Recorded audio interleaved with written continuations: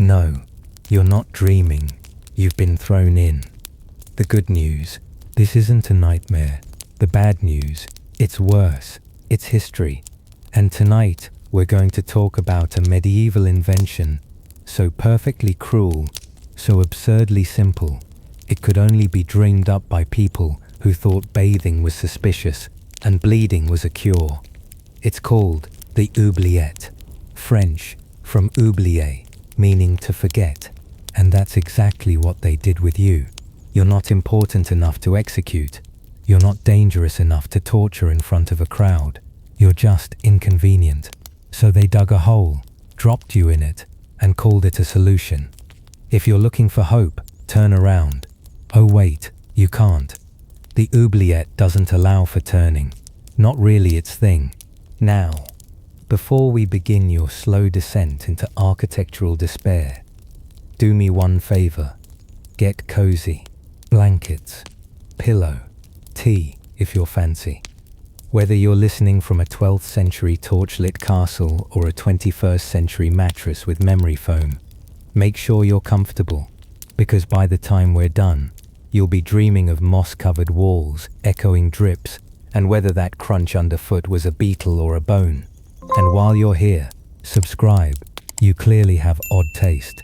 You might as well commit. Now then, how did you end up here? Let's rewind. Just 24 hours. Not enough time to plead your case, but more than enough for history to forget you entirely. You weren't a hero.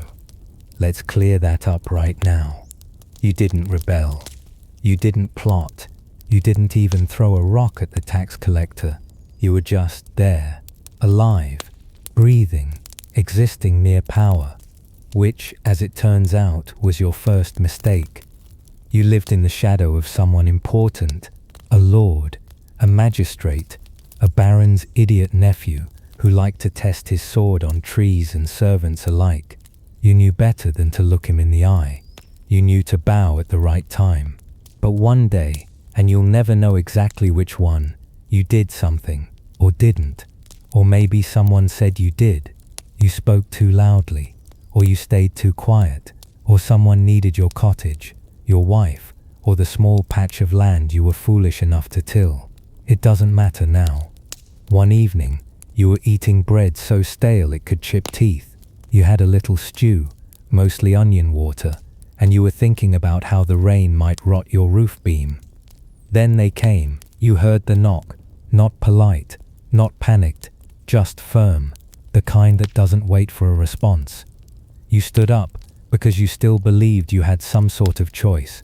They didn't bother with chains, just a piece of parchment, a wax seal, a nod from a man with a belt full of keys, and a face that had long since given up smiling. No one said the word trial. Why waste everyone's time? A priest followed. He looked tired. You asked him why. He said nothing. Just glanced at your boots, sighed, and made the sign of the cross. That was the most mercy you'd get. You walked, flanked by men who didn't care who you were. They didn't ask questions. They didn't have to. Someone important had decided you were no longer useful.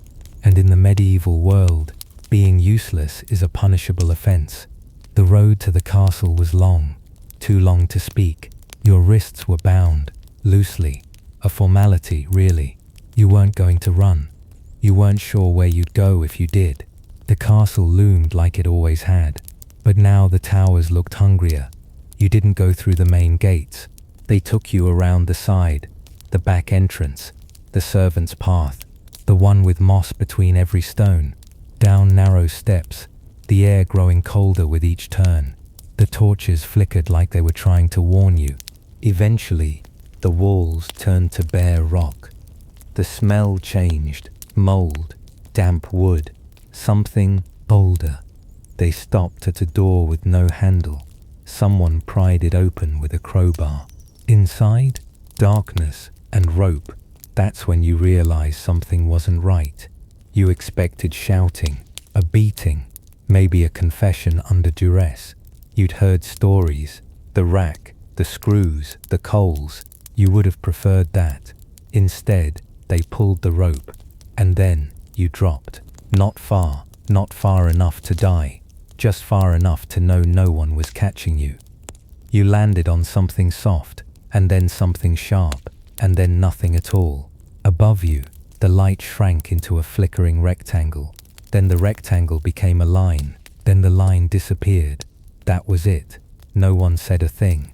No charges read. No sentence handed down. You didn't even get a scream out. You thought they'd beat you. No, they did something worse.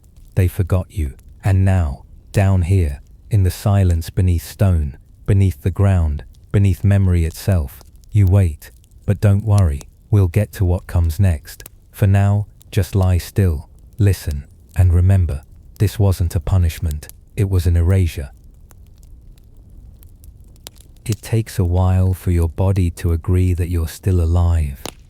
Not because you feel okay, but because everything hurts in such a dull, unfamiliar way.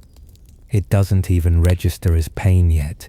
Your legs bent wrong, your back wet, and your face pressed against something that smells like old bread and wet leather. You try to move. No, scratch that. You try to move. There's no room to sit, no room to stretch. You shift slightly, and your shoulder bumps a wall. Not even a proper wall, more like rock, damp and crumbling, cold. You shuffle in the other direction, and there's the other wall. Turns out the whole place is just one large, unpleasant wall. Congratulations, you're in a stone bottle. The air smells thick, like mold that's been growing undisturbed for decades. A mix of mildew, dried sweat, and something metallic. Blood, probably. Maybe not yours. Not yet. There's something soft beneath your feet. Not soft like fabric. Soft like rotten. You don't want to know. You try not to think about it, but your brain, ever helpful, thinks about it anyway. You breathe deeply. Mistake. The air clings to your throat, damp and cold and a little too still, like it hasn't been disturbed in weeks, or maybe months. Your own breath echoes slightly. Too loud. Too real. And now that you're quiet, truly quiet, you hear it. A drop. Somewhere to your left. Clip. Then silence. Then the faintest scraping. A skitter. A tiny, deliberate shuffle across stone. You're not alone. You press your back against the wall. Another mistake. Something slick brushes your neck. Moss, slime, or something with legs. There's no light. None. Not even a sliver. You blink, and it makes no difference at all. Eyes open or closed. Same result. Black, absolute and eternal. You tell yourself this is temporary, that someone will come. You just don't know when. And that's the problem. Down here, there's no clock, no bell tower, no sunbeam inching across a floor. Time has left the building. It's just you. You and whatever memories you brought in. You and whatever's crawling on your ankle. You try to speak, but your throat sticks. What would you even say? Hello? To who? The bones? The silence answers. It always does. And so you lie still, because there's nothing else to do. The oubliette isn't a place, it's a sentence, and it's only just begun. Let's pause for a moment, not because you can move, but because your surroundings deserve a little admiration. You might be thinking, what even is this place? You've fallen into a pit, sure, but not just any pit. No, this little slice of darkness is the product of careful medieval engineering, which, like most things in the Middle Ages, was designed by someone with too much power and not enough empathy. Welcome to the oubliette, architecturally speaking, because some lunatic did sit down and plan this. The oubliette is a vertical shaft, usually carved directly into the bedrock beneath a castle, or, if you were lucky, constructed from mortared stone and set deep beneath the keep. But calling it a shaft is too generous. It's more like a bottle, wide at the bottom, narrow at the top. Imagine a wine flask, then crawl inside it. That's the shape. There's no door, no stairs, no ladder. No thoughtful rope for future reconsideration. There is one way in, the trapdoor above your head, the same one you fell through, the same one they probably won't open again.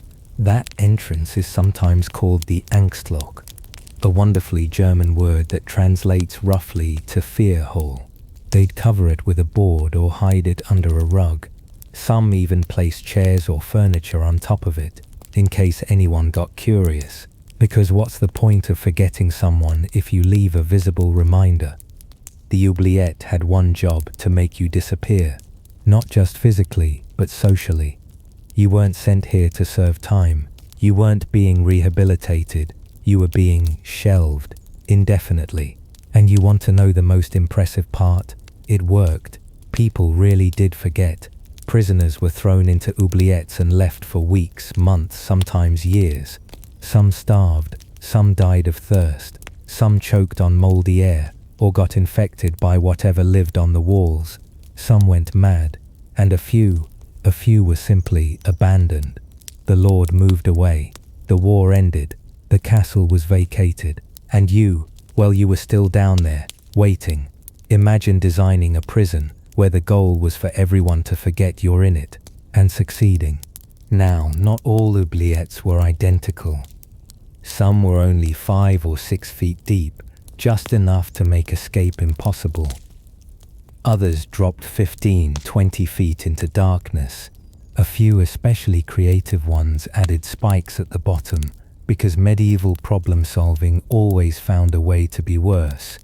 But no matter the size or layout, they all shared one architectural principle: you weren't supposed to get out.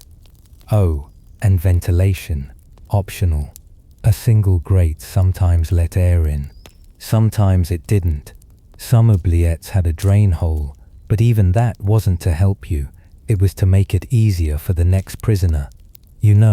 So they wouldn't have to stand in what you left behind. Still feeling special. You're not in a prison cell. You're not in a dungeon. You're in a hole designed with precision, malice, and centuries of refinement. You are, quite literally, in a forgotten place. And the walls, they've seen dozens of others like you. Some scratched at them, some prayed, some tried to sleep. None of them left. So yes, the oubliette may be small, but architecturally speaking, it's flawless. You might be wondering, why go to all this trouble? Why build a perfectly unpleasant hole in the ground just to dump one person in it and walk away? Simple. Because the Middle Ages weren't about justice, they were about removal. Let's back up. Modern prisons, with their cells, meal trays and fluorescent lighting, are a relatively new idea.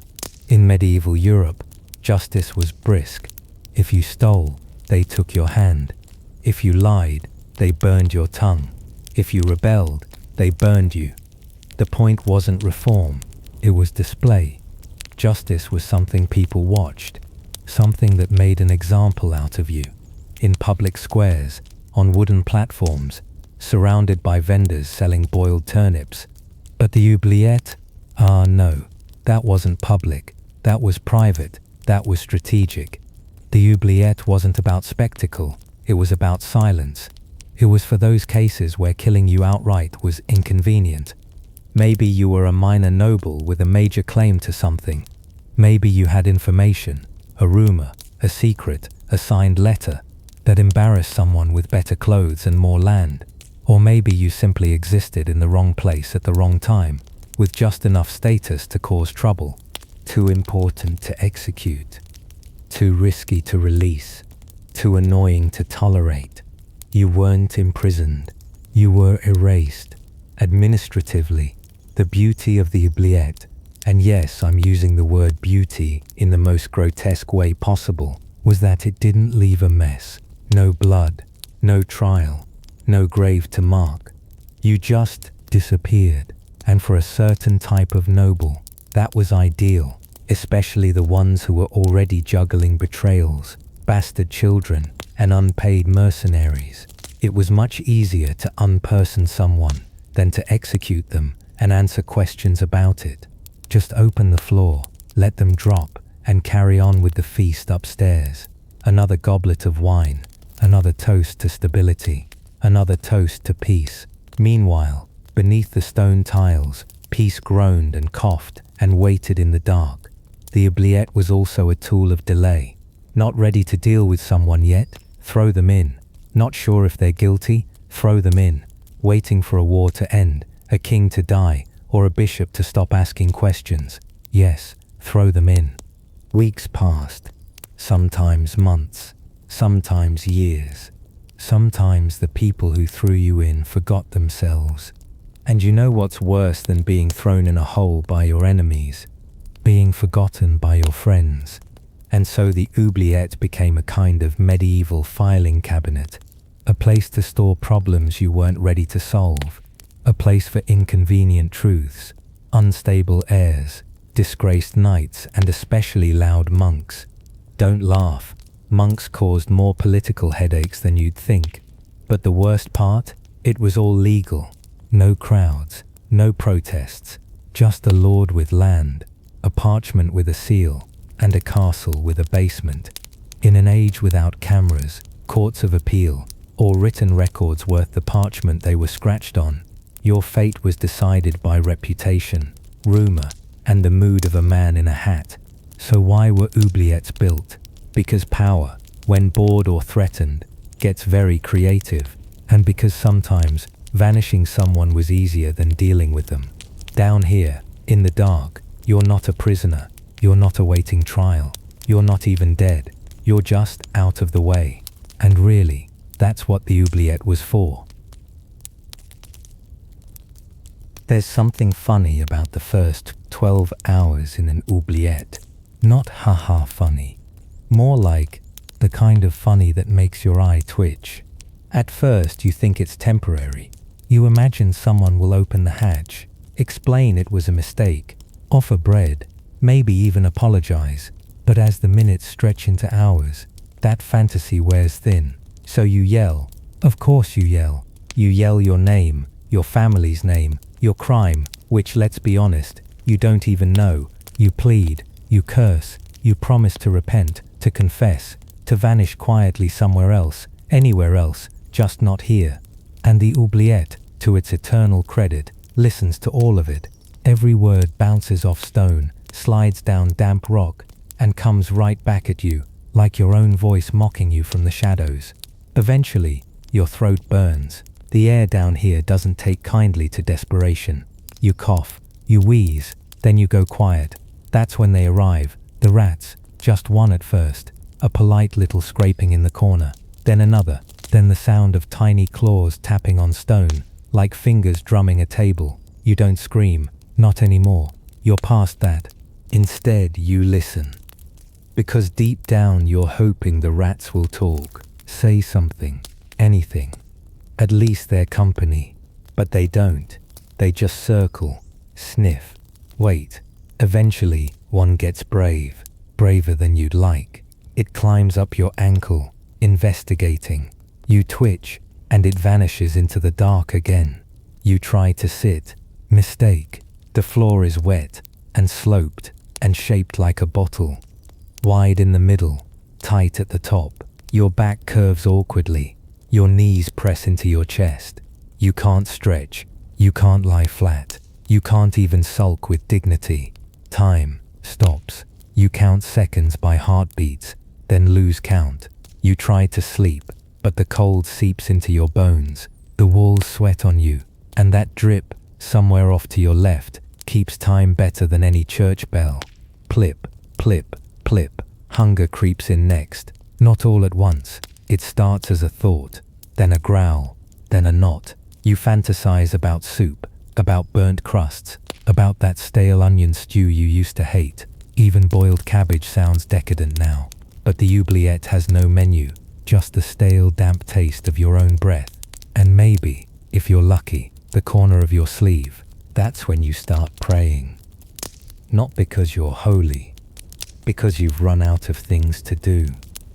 You whisper old hymns, you mumble confessions, you beg God for a little light, or maybe just a blanket. And somewhere up there, in the vaulted ceilings of heaven, God is probably busy. Even he forgets this place. You drift, not asleep, not really, just somewhere between fatigue and hallucination.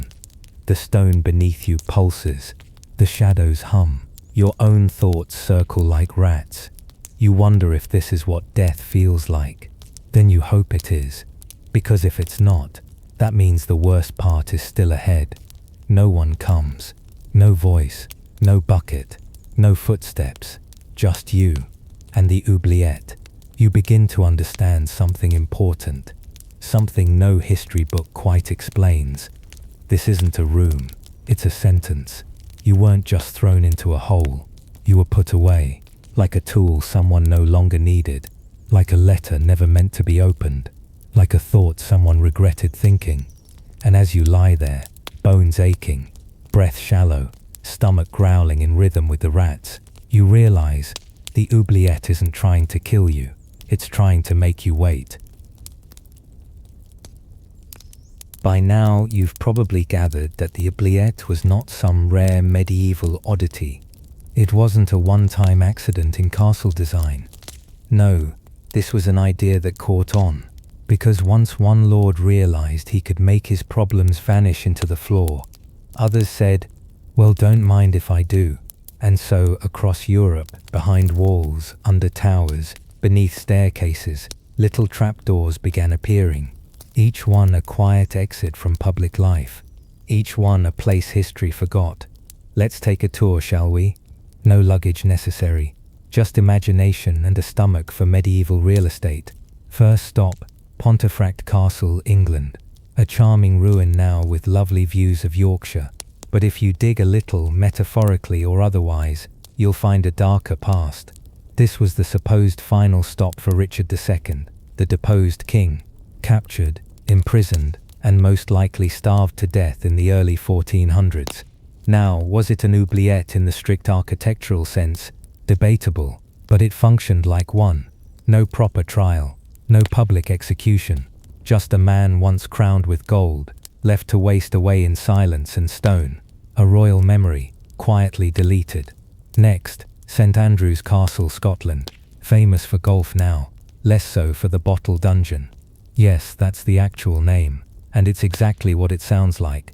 A rock-carved vertical shaft. No doors, no stairs, just a trapdoor above, and misery below. It's one of the few oubliettes still fully intact.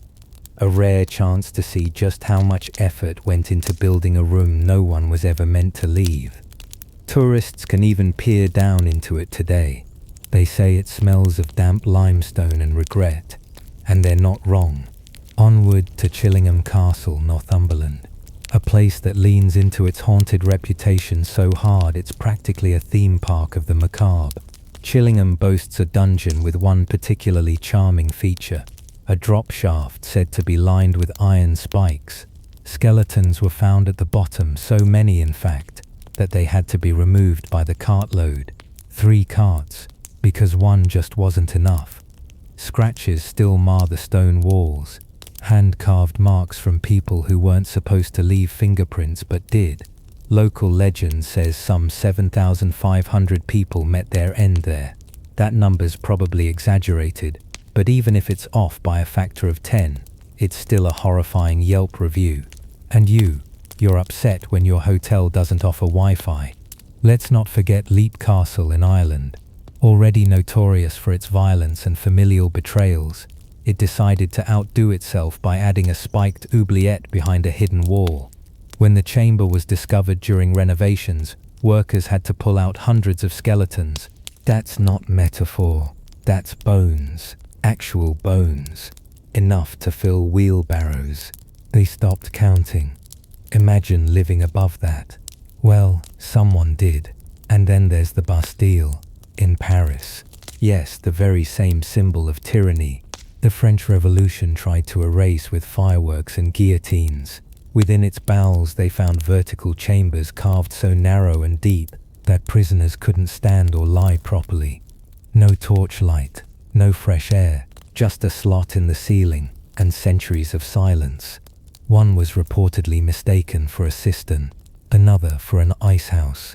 Because when you build a hole with no clear purpose and bones at the bottom, people get creative. Of course, not every castle had one. Some had dungeons, some had oubliettes, some had both. It depended on the mood of the architect and how many enemies the Lord expected to misplace.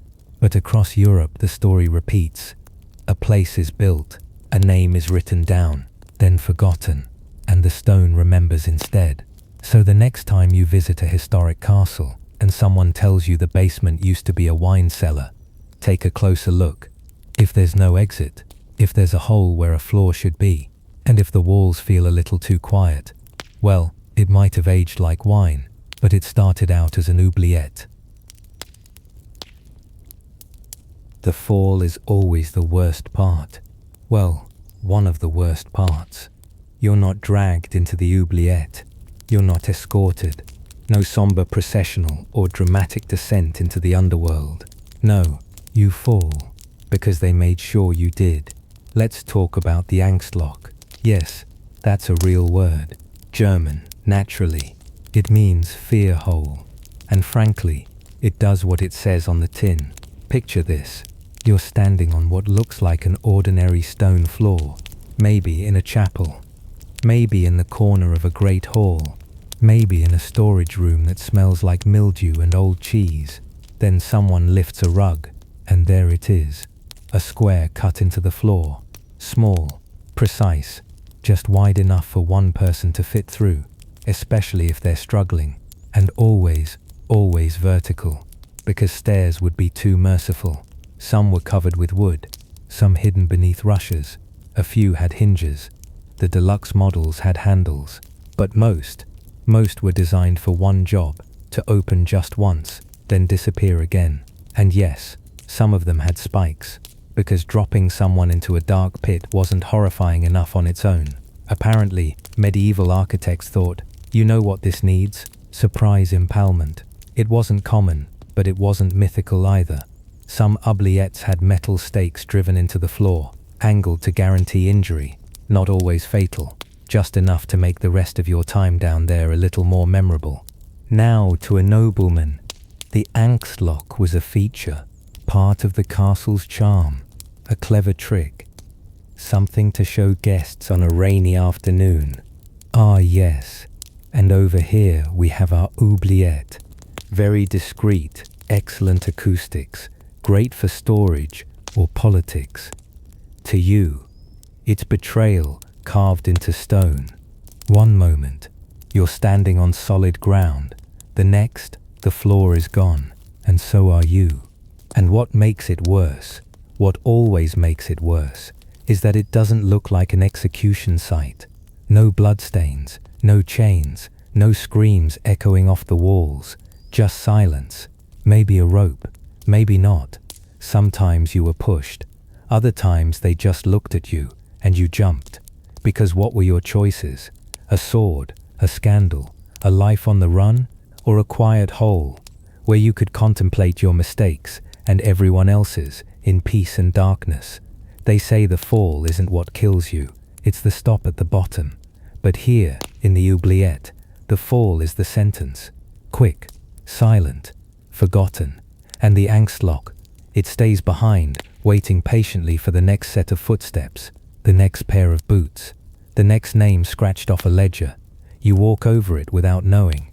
You dine beside it. You sleep above it. Until, one day, you don't.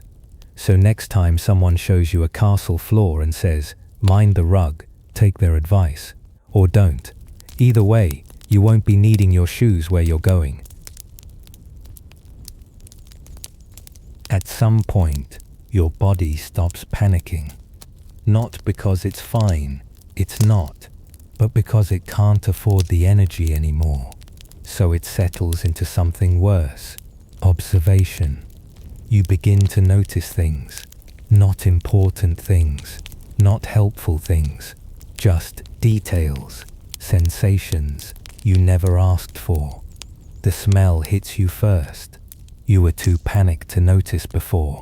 But now, with nothing else to distract you, it settles in. The air is thick, soupy, and wrong. It smells of rot, Not fresh rot, but the slow, clinging kind that settles into stone and doesn't leave for centuries. There's mold, multiple kinds actually. Congratulations, you're now a connoisseur of damp decay. There's the fuzzy kind that clings to the edges of your sleeve, the sticky kind that coats the walls like lichen mixed with regret, and then the sharp kind, acrid, bitter, stinging your nose like a spoiled vinegar. You try to breathe through your mouth. Worse, now you can taste it. Somewhere nearby, something died. A long time ago. You're not sure what, you're not sure who, and you're trying very hard not to wonder if it might have been you. The sounds come next. At first it was the dripping, a single drop of water, once every 10, maybe 15 seconds. Plip, then nothing, then plip again, each one echoing like it's the only thing that remembers you exist. But then, the dripping stops, and that's worse, because silence down here is never just silence. It's pressure. It builds. It pulses behind your ears. You start hearing things that may not even be there. Your own breath sounds too loud. Your heartbeat feels like a drum against wet cloth. Every time you shift, even slightly, the stone scrapes in protest, like the oubliette itself is annoyed you're still moving. Then comes the sweat. You shouldn't be sweating. It's cold, clammy, damp, but you are. Your body doesn't care about logic. It just knows something's wrong, so it panics in cycles. You sweat, then you shiver, then you freeze, then you sweat again. You'd kill for a breeze, even a bad one. Just some reminder that air still moves somewhere in the world. But down here, the air doesn't travel. It settles, and you settle with it. Time ceases to function. Without light, your body forgets how to guess. It could be midnight. It could be morning. It could be Thursday. You could have been down here for 6 hours, or 16. Doesn't matter. Everything begins to feel the same. Soft, wet, stale. Even your own limbs stop feeling like yours. You move a foot and bump something soft. You move your hand and hit something slick. You stop investigating, and through it all, the stink, the silence, the sweat, the oubliette holds you like a bad secret. It doesn't threaten. It doesn't punish. It just waits. And now, so do you. The oubliette doesn't just trap your body. It takes your mind next, and it doesn't even try that hard. It starts with time. You try to count the hours, maybe by your heartbeat, or how often you blink, or how many times you shift your weight from one aching limb to another. But that stops working, because time, like sunlight, doesn't come down here. Minutes dissolve, hours collapse into guesses. Days, if they're still happening, blur like watercolor left in the rain. Eventually you stop asking what time it is and start wondering if time still exists at all. That's when your memories begin to fade. First the outer layers, the boring ones. What you ate last week, where you put your shoes. Then deeper, your mother's voice starts to slip. The smell of your favorite food becomes a vague blur. You try to picture your house, and suddenly the windows are wrong. The floor's in the ceiling. The whole thing is fuzzy. You hold on to one or two memories like they're relics. A name, a face, something someone once said that made you laugh. You hope it was you. Then you start talking. At first to yourself, just to hear something. Then to the oubliette.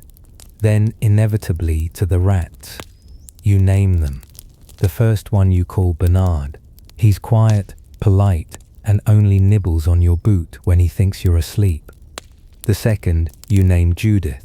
She's bold, stares directly at you, whiskers twitching like she knows what you did. You imagine conversations with them. Bernard listens. Judith judges. Honestly, they're better company than your cousin Robert, who once talked for an hour about medieval taxes. You laugh.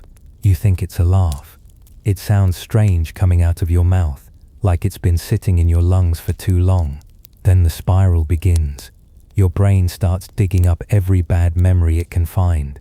Things you said wrong, things you didn't say at all, the friend you betrayed, the lie you told, the moment you didn't run when you had the chance. Your brain becomes a courtroom with no judge, just prosecution. Relentless, loud, circular. You don't just relive your worst moments, you redecide them. You argue with phantoms. You rewrite your past over and over, trying to find the version where you never ended up here. It never works. Eventually, even that starts to blur.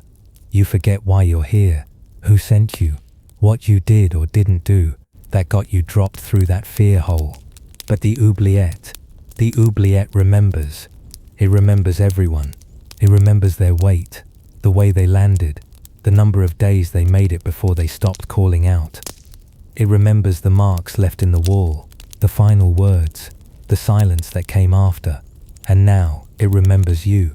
And you, in return, forget everything else. You stop asking questions. You stop waiting. You just sit, or kneel, or slump, or whatever version of sitting your body can still manage. You close your eyes, not to sleep, just to see if anything's different. It's not.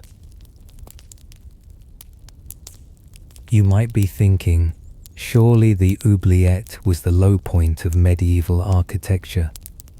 No. Human ingenuity, especially when paired with cruelty and stone, knows no bottom.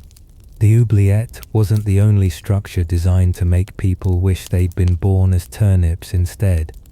Let's take a tour of some other delightful rooms.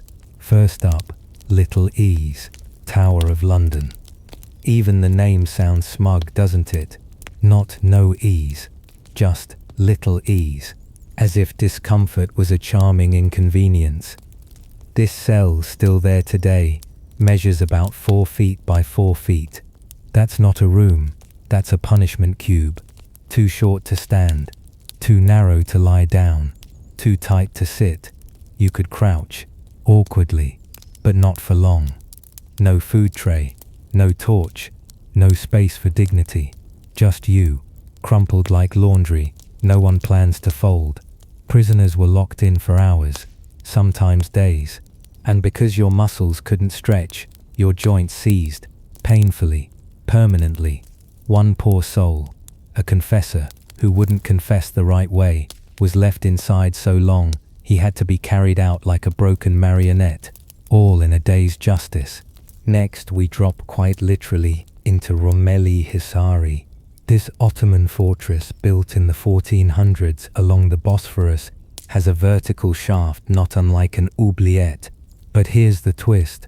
The shaft is inside a wall cavity about 13 feet deep and shaped just wrong enough to mangle your descent. No clean drop, no straight shaft, just a jagged plunge into a dark, narrow slit carved into the tower. They didn't build cells, they just hollowed out the stone. Once in, the cavity curved so awkwardly that you couldn't stand properly, or even fall fully. You were trapped in your own body, folded into a wall like a badly stored broom. And the worst part, people walked past you every day.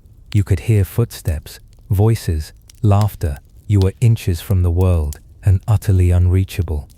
Then there's the Château de Loches, France, a castle with a sense of style and a dungeon with flair. They built their cell with a single wooden platform in the center, but suspended it by chains.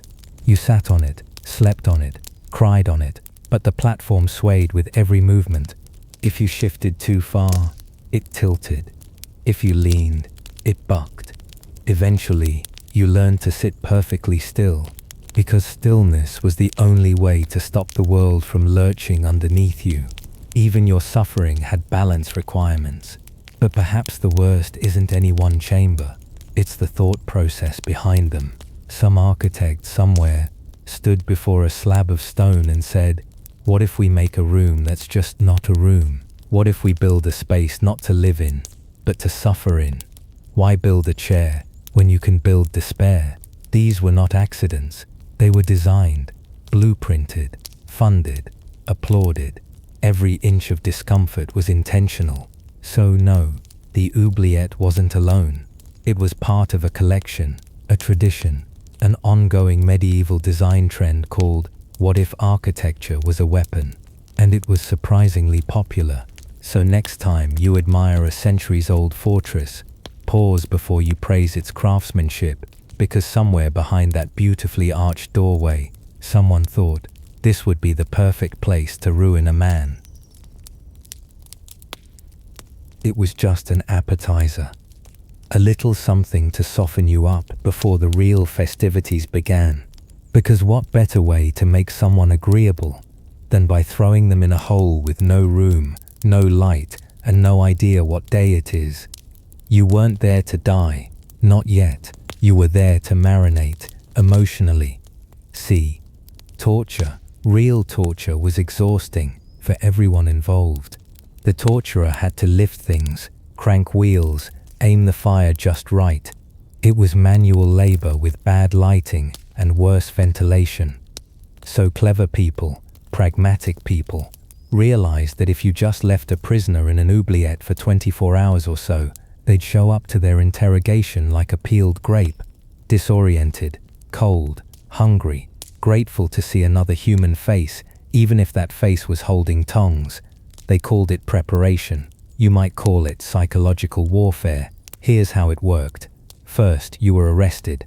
No charges, no warning, just grabbed by men in cloaks who smelled like wet iron and bad decisions. Then, you were blindfolded. Because obviously, dragged through corridors, downstairs, through a door that groaned like it regretted its existence, and then dropped. Not always far, not always hard, just enough. The trapdoor closed, and the waiting began. For the next 12, 18, maybe 36 hours, no one touched you, no one screamed at you, no one even acknowledged your presence. You were given the gift of nothing, darkness, silence, and the occasional rat who had better things to do. Your brain, poor thing, panicked at first. Then it started making things up, shadows that weren't there, footsteps that weren't coming, and conversations you never had. By the time they came back to collect you, and oh, they always came back, you were ready to confess to anything, even things you didn't do, especially things you didn't do. You'd forgotten your defiance, your cause, your clever plan. You just wanted light and warmth, and for someone to stop breathing loudly in the corner, which may or may not have been a raccoon. And so the oubliette became stage one. It broke your confidence. It broke your rhythm. It even broke your sense of time, which inconveniently was often used in your trial. How long were you down there? 3 hours? 2 days? A week? You didn't know, which made everything you said afterwards sound shaky, which made the court less inclined to believe you, which made the torturer's job that much easier. One scribe in 1483 even noted that after 2 nights in the oubliette, a man confessed to a conspiracy that hadn't happened yet. They still executed him, just to be safe. Of course, not everyone was meant to be tortured afterward. Some were just stored. A warning, a preview. Next time, it won't be temporary. And in that sense, the oubliette wasn't just a prison. It was a promise. Grumpy aside, nothing softens the soul like trench foot and delirium. Forget waterboarding. Try standing in 6 inches of your own panic for a day. And all this psychological erosion was considered the humane option. Better than the rack, kinder than the wheel, more civilized than branding. Because when you're the one building despair, you get to decide what counts as mercy. By now you might be thinking, well, at least I'd have to commit treason or assassinate a king to end up in an oubliette. Ah, sweet, naive optimism. Let me introduce you to medieval justice. Equal opportunity, equally awful. Oubliettes weren't just for rebels or high-ranking threats. They weren't limited to cloaked conspirators plotting by candlelight. No, they were for anyone who became inconvenient. Did you insult the wrong lord? Did you deliver a message with bad news? Did you happen to exist near a political crisis? Congratulations, down you go. Let's talk peasants. People tend to romanticize the underclass, hard-working, salt of the earth, innocent victims of the feudal machine. And sure, some of that's true, but the feudal machine didn't care. If you peasant, serf, tenant farmer, stepped out of line, stole something, lied, got too mouthy in church, you weren't flogged, you weren't fined. Sometimes you just vanished. A lord had no obligation to explain himself. He owned the land, the people, the rights to punishment, and occasionally the oubliette in the basement. Why waste a rope or a trial? Just remove the problem and let time do the rest. And women, oh yes, wives who disobeyed, widows with inconvenient inheritances, young women accused of witchcraft, heresy, or just being annoyingly literate. They weren't dragged to town squares for dramatic burnings. Not always. Sometimes they were simply dropped. No noise, no paperwork, just another quiet hole in the floor. There are records, sparse and unsatisfying, of nuns punished for disobedience by being confined underground. In some cases, the oubliette wasn't even part of the castle. It was carved into monastery stone. Holiness with a side of solitary confinement. Heretics, of course, were a classic favorite. Preaching unauthorized ideas, reading the wrong scripture, owning too many books. You'd think they'd be burned or hanged, but sometimes they were just forgotten, literally, thrown into a pit beneath the church, left to starve while the choir practiced above. And messengers, don't even get me started. Imagine walking for 3 days in bad boots with a scroll tucked under your belt, only to deliver bad news to a moody duke. Guess what happens next? That's right, you're now part of the castle's long-term silent strategy. Why kill the messenger when you can just pretend he never arrived? It didn't take much. A false accusation, a bitter rival, a bored nobleman on a rainy Tuesday. The oubliette wasn't just a sentence, it was a solution. A convenient button to press when someone became uncomfortable. And the best part? No mess, no burial, no witnesses, just a trapdoor, a thud, and a memory that fades faster than the echo. So yes, maybe you were innocent, maybe you were harmless, maybe your only crime was being in the wrong place, with the wrong face, at the wrong time. Didn't matter, because the oubliette, it wasn't about guilt, it was about disappearance, and in that regard, it worked beautifully. Let's say, just for fun, that you're not a political prisoner, not a traitor, not a heretic, not even a petty thief. You're a believer, a monk, maybe a nun, someone who signed up for a life of prayer, modesty and porridge. Well, good luck, because even the church had oubliettes, and they didn't call them torture, they called them penance. See, isolation wasn't just punishment, it was purification. Remove yourself from the world, shut out temptation, deny the body, so the soul may thrive. And what better place to deny the body than a freezing pitch-black hole beneath a monastery? They had their own versions, often shallower than the secular oubliette, but no more forgiving. Stone rooms the size of a closet, no window, no torch, no sound except your own thoughts turning against you. And that was the idea, your sins echoing louder in the silence. Some monasteries even built their own penitential cells, not to house the wicked, but to correct the faithful. Nuns who spoke out, monks who asked too many questions, lay people who didn't bow fast enough. They'd be invited into darkness to reflect for hours, days, weeks in a few cases, because nothing says love thy neighbor like sensory deprivation. There's a record from a 13th century Benedictine convent where a sister was confined beneath the chapel for insolence. She remained in total darkness for 30 days, was fed through a hatch, not allowed to speak, and instructed to pray continuously, aloud. Imagine that. You're cold, you're cramped, you're hallucinating mold spores that look like the Virgin Mary, and you're supposed to keep chanting. By day 12, you're not sure if you're repenting or auditioning for sainthood. In some orders, the isolation chamber was called the House of Silence, peaceful branding for what was essentially a stone box of divine guilt. And let's not forget the Carthusians, a monastic order famous for silence, solitude, and making everyone else look spiritually lazy. They believed speaking was a distraction, eating a nuisance, and light an unnecessary luxury. Some Carthusian monks volunteered for isolation, built their own small cells with trapdoors for food. They went days without contact, because apparently praying while miserable was the fast track to enlightenment. Even the Inquisition got in on the trend. Before torture, there was silence. Before confession, isolation.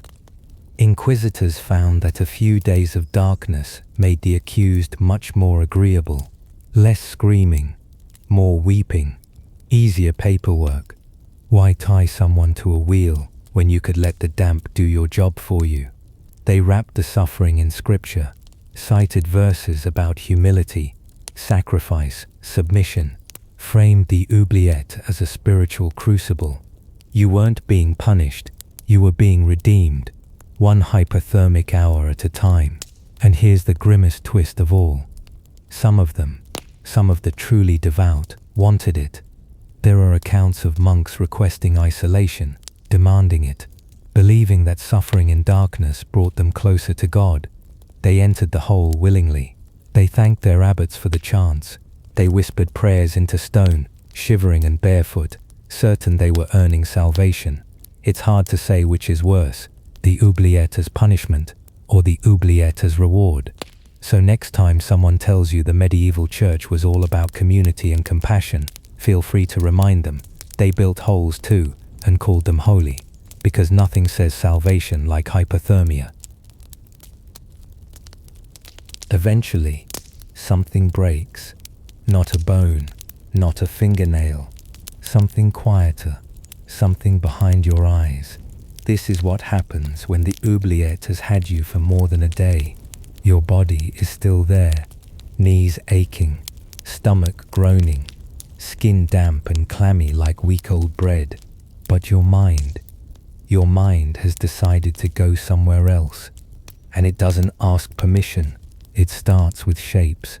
At first, just shadows. Your brain tries to make sense of the dark, so it invents outlines. A person, a cloak.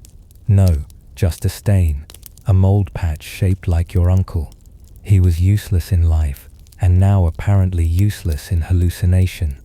Then come the faces in the stone. You know they're not real, but they look real. Eyes in the cracks, a grin in the corner, a nose in the mineral buildup. You blink, they're gone. You blink again, they're back, and now they're closer. The sounds follow. Dripping water now has rhythm, a tune almost. You hum along before you realize it's not a song, it's a voice. Laughter in the liquid, giggling just out of reach. Someone's enjoying this, might be you. You missed the rat, at least he was honest. Now you're talking to the wall, not metaphorically. You're actually addressing it. Hello, no response. Rude, still nothing. You ask the stone how long you've been here. It doesn't answer. Of course it doesn't. It's a wall. But it should answer. That's the problem. You start to suspect it could if it wanted to. You just haven't earned its trust yet. At one point, you feel warmth on your skin. Sunlight. You're sure it's sunlight. You raise your face like a flower in spring. Your eyes water. Your lips tremble. You're ready to cry with joy. But it's not sunlight. It's your own fever. Your brain is cooking itself just slowly enough to lie to you. How thoughtful. You think about your old life. The smell of bread. The feel of grass. You swear you can taste them. You cry. Not out of grief, but because it tastes like cinnamon, and you forgot what that was. You cry again when you realize it was never cinnamon, just your imagination and the damp corner of your sleeve. Eventually, the hallucinations stop being visitors and start being residents. You begin to expect them. You wake up, if waking up is still the right term, and wonder where the giggling went. You miss the whispers. You wait for the face in the wall to scowl at you again. It's comforting, in a way. At least someone's paying attention, even if it's you, talking to you, through you. And still, the oubliette says nothing.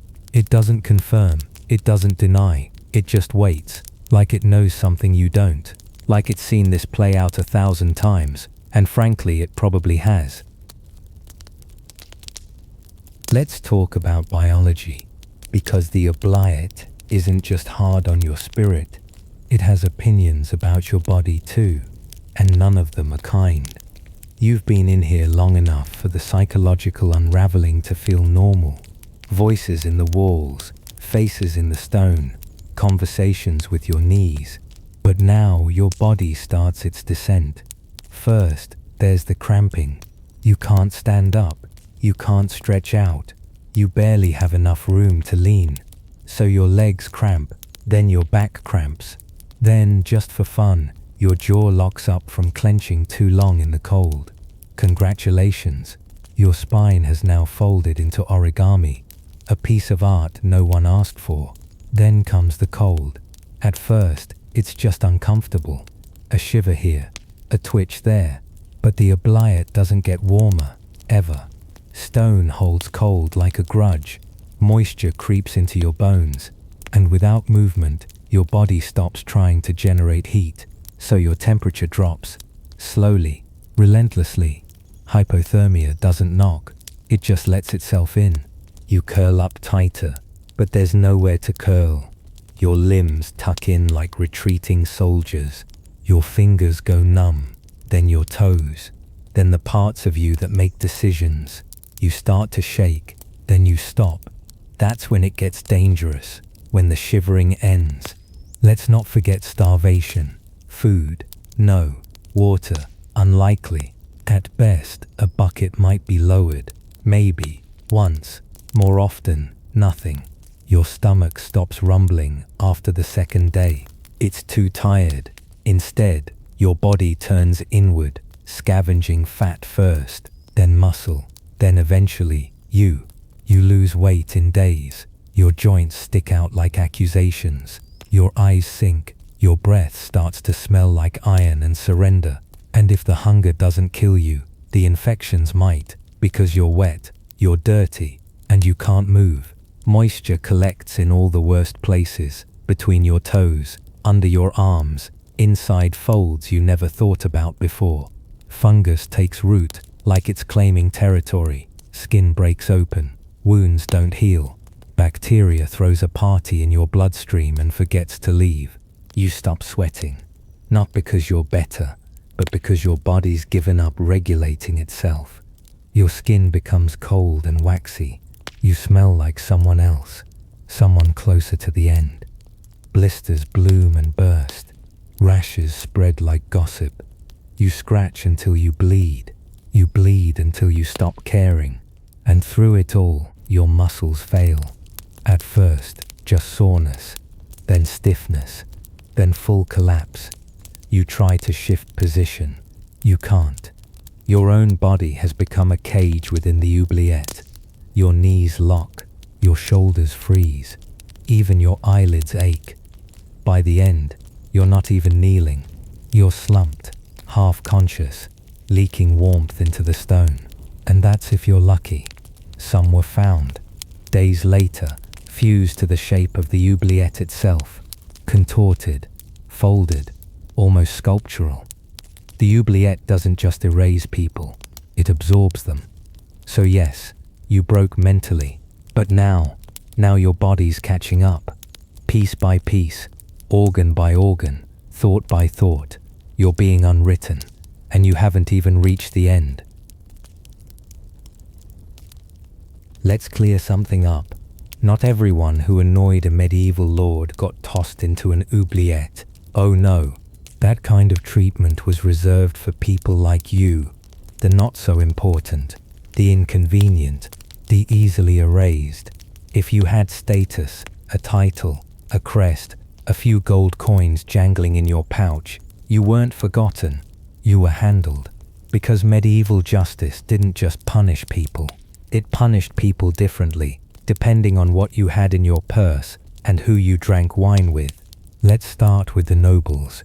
If a nobleman stepped out of line, committed treason, plotted rebellion, insulted the wrong crown, he wasn't dropped into a moldy pit. He was placed in a tower, with walls, a roof, a view if you're lucky. In some cases, furniture, books, wine, a priest for confession, a servant for meals. It wasn't freedom, but it wasn't oblivion either. These prisoners were more like guests under supervision. They were kept alive because they were useful, because executing a noble caused ripples, and because sometimes nobles were family. Now compare that to you. No last name worth engraving, no estate, no alliances, just a face someone didn't like, and a voice that said something inconvenient. You didn't get a tower, you got a hole. No door, no window, no record. Private enemies of kings were escorted to quiet exile. Public nuisances like you dropped through a trapdoor with a shrug. No witnesses, no procession, no dramatics, just a rope creaking, and then silence. Even in death, the treatment differed. Nobles were executed with ceremony, beheaded with clean blades, given last rites, buried in churches with carved stones and Latin inscriptions. You'd be lucky to rot alone. Most likely you'd decompose atop the last poor soul they forgot about, piled like forgotten laundry. Maybe a rat nestles in your ribs. Maybe no one ever opens the hatch again. Either way, no one's carving anything for you, except maybe the claw marks you left behind, and even those will fade. In some oubliettes, nobles who did end up there were still treated with a strange kind of reverence, spared the worst parts, left in cleaner chambers, checked on occasionally, not because of mercy, but because of optics. You don't let the baron's cousin die in filth. You let him linger. You let him suffer just enough to send a message, but not enough to stain the family crest. Meanwhile, your suffering is economical. No food to waste, no labor required, no trial expenses, just gravity and stone. You died cheap. The oubliette was the budget version of punishment. No fuss, no feedings, no long-term planning. Just drop them in and move on. So when people say death is the great equalizer, they've clearly never studied medieval prisons. Because even at your lowest, even in the cold, dark gut of a castle, the class divide found you. The rich died on cushions. You die on bone piles. The nobles' final moments were lit by candlelight and watched by priests. Yours, accompanied by mold, rats, and the sound of your own teeth chattering in time with the drip above your head. History doesn't just remember the winners, it erases the rest. And oubliettes, they were the eraser. They didn't make you suffer more than the noble class. They just made sure no one knew you suffered at all. Let's indulge in a fantasy. You've been in the oubliette for hours, days, maybe longer. Time has dissolved like everything else.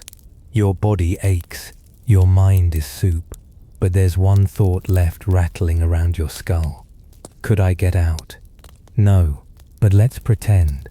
Let's pretend you still have energy, muscle function, hope. Let's pretend your legs haven't seized up like rusted hinges. Let's imagine somehow that you're ready to try. First obstacle, no ladder. There was never a ladder.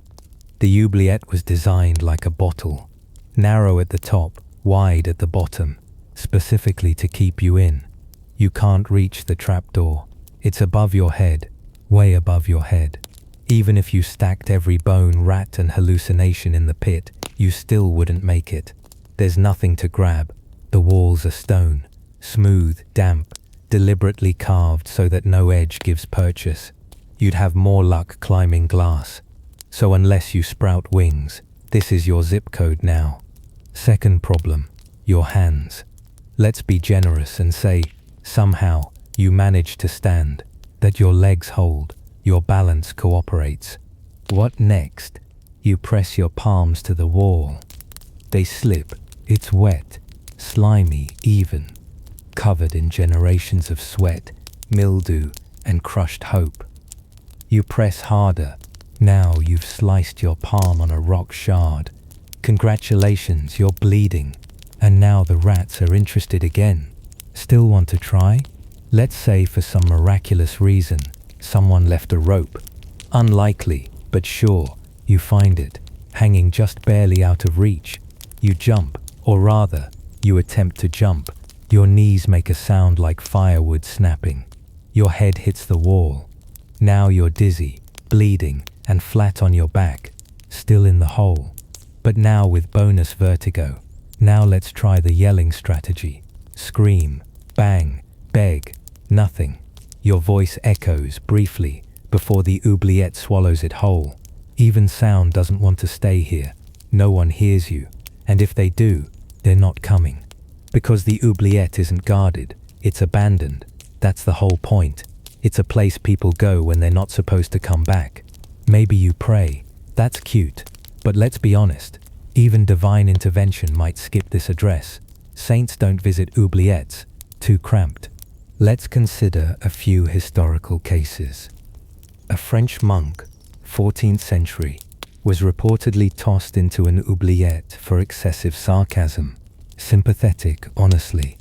He tried for days to scale the wall. His fingernails tore off. His fingers bled. He managed 2 feet up the wall, then slipped. He died 3 days later, curled in a fetal position, having eaten a bootlace and half a beetle.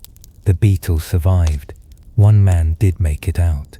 So the story goes. Captured during a minor rebellion, he was thrown into a pit that wasn't technically an oubliette, just oubliette adjacent. A servant, bribed with promises of gold, dropped him a rope at night. He climbed. He escaped. He was caught 3 hours later because he limped into a tavern and ordered a roast goose and 5 meads. You can leave the oubliette, but you can't leave the starvation behind. He died in the street, full of goose and failure. So, no, you're not escaping. Not through cleverness, not through force, not through sheer willpower. This isn't a puzzle. It's not a dungeon from a game. It's a hole, and it wins, always. Now that we've spent the last, eternity down here together, let's ask the obvious question. Were oubliettes actually real? The historian's favorite cocktail. 1 part fact, 1 part fiction, and a generous pour of dramatic retelling. Let's sip carefully. Yes, oubliettes existed. The archaeology confirms it. Not every dark hole was an oubliette, but some definitely were. We've found them carved into castle basements, narrow, bottle-shaped shafts with no door, no ladder, no hope. Some are only 10 feet deep. Some go far enough to make your ears pop. At places like Pontefract Castle in England and the Bottle Dungeon at St. Andrews in Scotland, the design isn't subtle.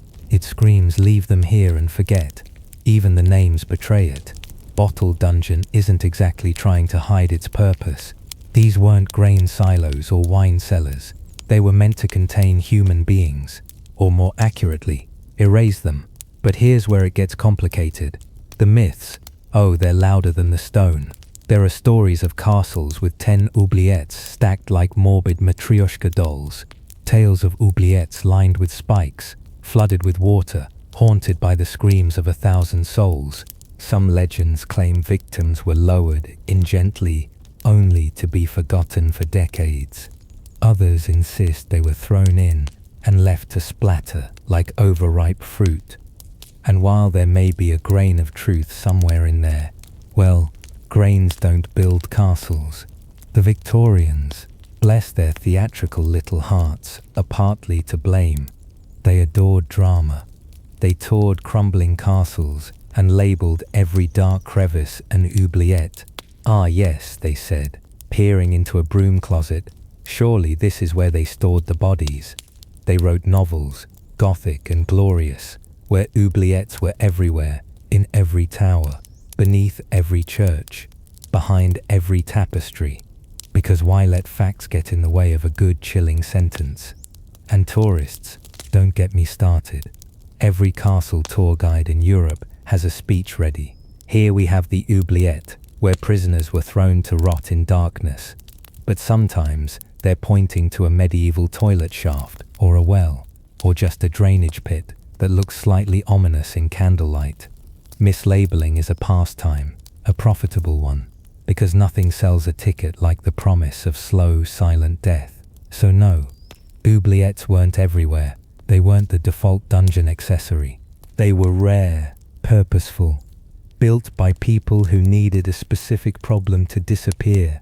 Quietly, most prisoners were kept in towers, cells, even barns. They were whipped, shackled, paraded, beheaded. But to end up in an oubliette, that meant you weren't just a criminal. You were an inconvenience, too sensitive to kill publicly, too dangerous to let live freely. So you were stored and forgotten. Even so, let's return to the root of the word, oublier, French, to forget. And isn't that what history does? It forgets. It forgets people, places, truths.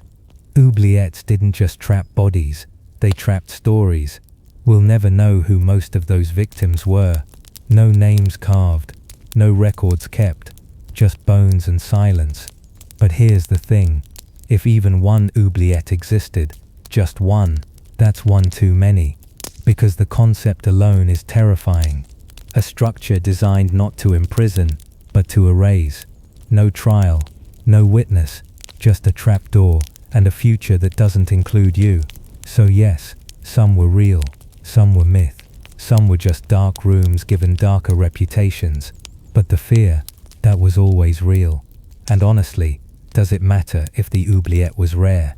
You don't need 100 oubliettes to haunt a culture. You only need one. And now, it's quiet again. No more struggling.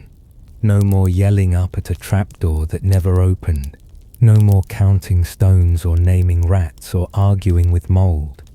The body gave up days ago. The mind followed shortly after. You don't even feel cold anymore. That's a mercy, I suppose. They closed the hatch, then they closed the book. You were forgotten by the guards, the town, the century. You faded, not with a scream, not with a trial, not with a single word spoken in your name, but with the kind of silence only the Middle Ages could afford. The oubliette did its job. Maybe, years from now, someone will renovate the castle. They'll discover the hole, poke a torch inside, comment on the smell, then cover it back up. No plaque, no ceremony, no line in the history books, just one more hollow space beneath the floor, holding the echo of someone who used to be you. So here we are, you and me, at the end of this miserable little journey. And what have we learned? That medieval justice was efficient, if not particularly humane. That the powerful didn't just remove problems, they buried them. That even in a world full of plagues, war, and famine, people still found time to invent this. A prison where the punishment wasn't pain, it was neglect. You are not the hero of this story. You are not the martyr. You are the page that was never written. But look on the bright side. You were never truly alone. Thousands came before you, thousands after. And in the end, even the oubliette forgot your name. So now, listener, as the world outside grows still, maybe it's time for you to sleep too. After all, you've been trapped in this story long enough. Your limbs are stiff, your breath is shallow, and history has moved on. So get cozy, or at least as cozy as one can get with imaginary rats at their toes and a stone wall pressed against their spine. This has been the Grumpy Historian. You wouldn't survive the oubliette. Honestly, you wouldn't even survive the waiting list. Sleep well, unless you hear scratching. Good night.